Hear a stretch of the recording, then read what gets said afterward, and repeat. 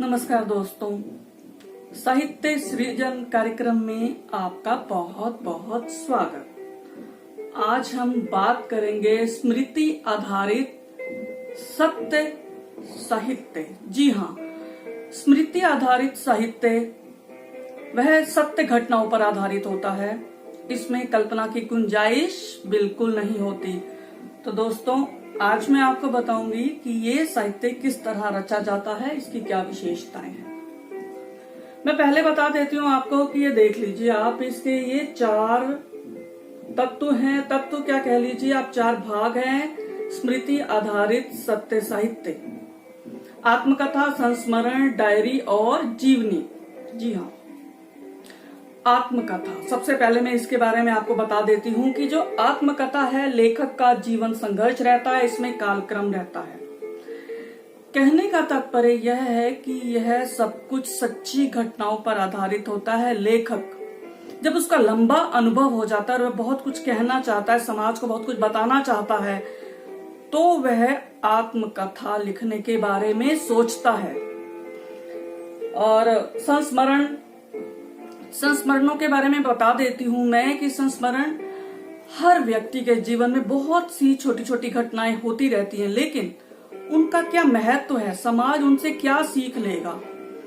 तो कोई भी लेखक संस्मरण लिख सकता है, बशर्ते उसमें समाज को बताने लायक कुछ होना चाहिए। इसमें भी आप जीवन की घटनाएं लिख सकते हैं। और यात्रा संस्मरण बहुत पसंद किए जा रहे हैं। आपने देखा होगा, व्लॉगिंग करते हैं लोग आजकल कि पूरी वीडियो बना के ले आते हैं, और ऐसे ही जब आप लिखते हैं उसको, तो वह आपका यात्रा संस्मरण बन जाता है। मैं भी आपको दिखा देती हूँ, मेरा एक यात्रा संस्मरण आया, दूसरे की तैयारी है, ये देख लीजिए। धूप, झाग और रेत, विदेश यात्रा का मेरा पूरा संस्मरण है। मैं आपको इसके अंत में पब्लिशर का, प्रकाशक का नंबर दे दूंगी, आप इनसे ले सकते हैं। और उसके बाद देश में जो मैं घूमी, मैं उसके संस्मरण लिखना चाहती हूँ आगे। और उसके अलावा बहुत सी घटनाएं हमारे जीवन में घटती हैं, हम उनको लेकर भी संस्मरण लिख सकते हैं। और मैंने आपको बता दिया, घटनाओं में ये जो संस्मरण के अंतर्गत लिखेंगे वह विशेष अवधि को लेकर लिखेंगे आप, जबकि आत्मकथा में पूरा जीवन वृत्त होता है लेखक का। ये फर्क है, ये अंतर आप जान लीजिए।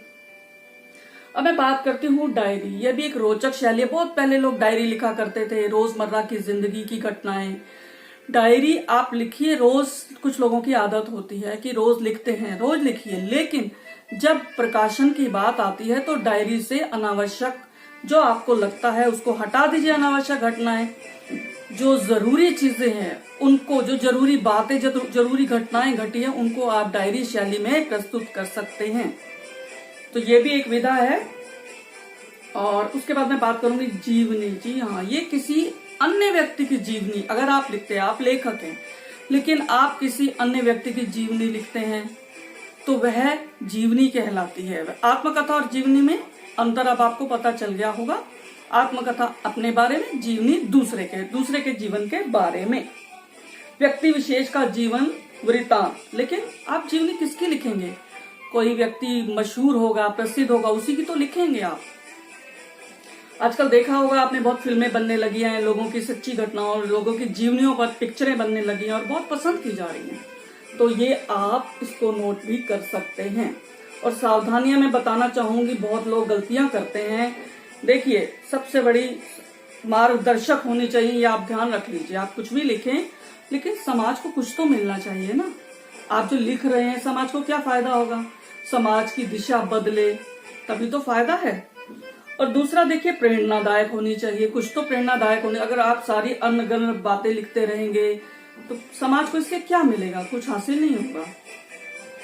जीवन संघर्ष होना चाहिए, सच्चा होना चाहिए, तटस्थ होना चाहिए, यानी सभी गुण दोष आपको लिखने चाहिए। अगर आपको लगते हैं कि दोष है, इससे समाज को कोई लाभ नहीं होने वाला, तो आप उसको लाग लपेट की भाषा में लिख सकते हैं, लेकिन झूठ मत लिखें।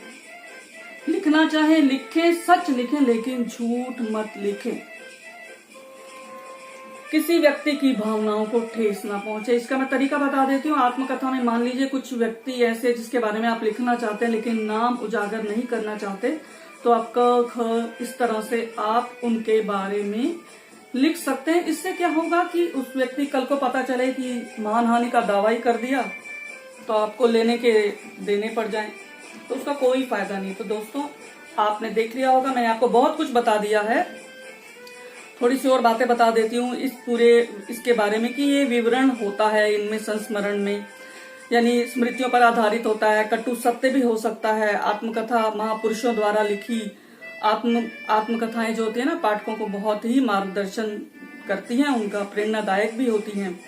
रोचक ढंग से जरूर लिखें। रोचक ढंग आपका रोचक होना चाहिए, ऐसा ना हो कि लोग कहें पता नहीं क्या लिख दिया, इसमें कुछ रुचि नहीं मिल रही पाठकों को।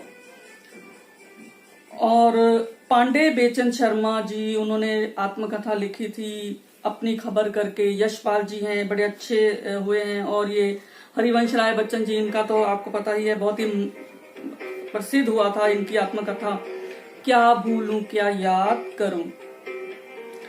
अच्छा, और यात्रा विवरण बहुत प्रचलित है, मैंने आपको बता दिया। अनावश्यक प्रयोग नहीं करें, अनावश्यक चीजें मत लिखें उसमें। कठिनाइयों का, मुसीबतों का, प्राकृतिक सौंदर्य का वर्णन करें। कुछ लोग फोटो भी डालते हैं, ऐसा लगे कि आप उनके साथ साथ यात्रा कर रहे हैं। नयापन होना चाहिए। और मैं आपको और चीज कुछ बता देती हूँ। हाँ, डायरी, इसका उद्देश्य क्या है, ये साथ साथ लिखते जाएं, बाद में ही तो आपकी पुस्तक बनेगी। गांधी जी लिखते थे, गांधी जी ने प्रयोग किया।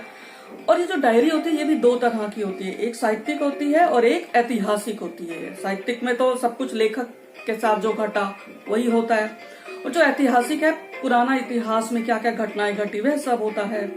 इसी तरह जीवनी जो है वह उसके प्रमाण होने चाहिए आपके पास। देखिए, ये चीज ध्यान रखिए, किसी की भी जीवनी लिख रहे हैं आप प्रमाण जरूर लीजिए, क्योंकि कल साक्ष्य नहीं होंगे तो आप उनके भाव में आप कल्पना के घोड़े दौड़ाएंगे, वो गलत हो जाएगा। मैंने पहले ही कह दिया कि ये जो साहित्य है कल्पना पर आधारित नहीं होता। देखिए, डॉक्टर राजेंद्र प्रसाद, जैनेन्द्र कुमार, रामवृक्ष, रामविलास शर्मा, विष्णु प्रभाकर, राहुल सांकृत्यानंद, अमृत राय, ये सब प्रमुख हैं जीवनियों के लिए। अमृत राय, उन्होंने प्रेमचंद की जीवनी लिखी थी, कलम का सिपाही। विष्णु प्रभाकर जी ने शरद चंद्र पर लिखी आवारा मसीहा, जो बहुत प्रसिद्ध हुई, आवारा मसीहा। ऐसे ही रामविलास शर्मा निराला जी की लिखी निराला की साहित्य साधना। बस यही कुछ था। और संस्मरणों में बता देती हूँ, बहुत सारा कुछ जो होता है। आत्मकथा में तो काफी कुछ तथ्यात्मक होता है, जबकि जो संस्मरण होते हैं, जैसे यात्रा संस्मरण हो गए या कुछ और संस्मरण हो गए, वे विशेष अवधि से जुड़े होते हैं और ये अधिक भावनात्मक होते हैं। तो दोस्तों, मैंने आज आपको बहुत कुछ बता दिया।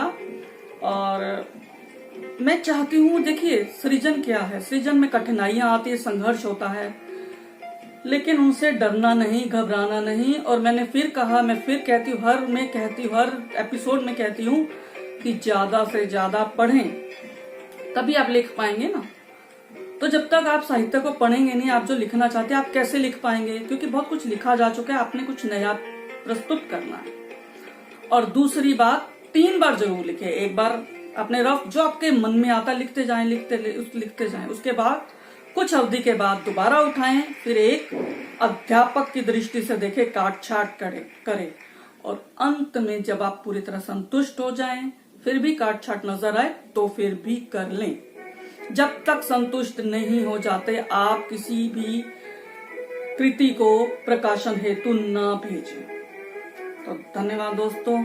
आगे भी ऐसे ही रोचक और जानकारी वर्धक मैं कार्यक्रम ज्ञानवर्धक आपके लिए प्रस्तुत करती रहूंगी। मुझे आपका सहयोग चाहिए। आप लाइक कीजिए, वीडियो शेयर कीजिए और सब्सक्राइब कीजिए। धन्यवाद, नमस्कार।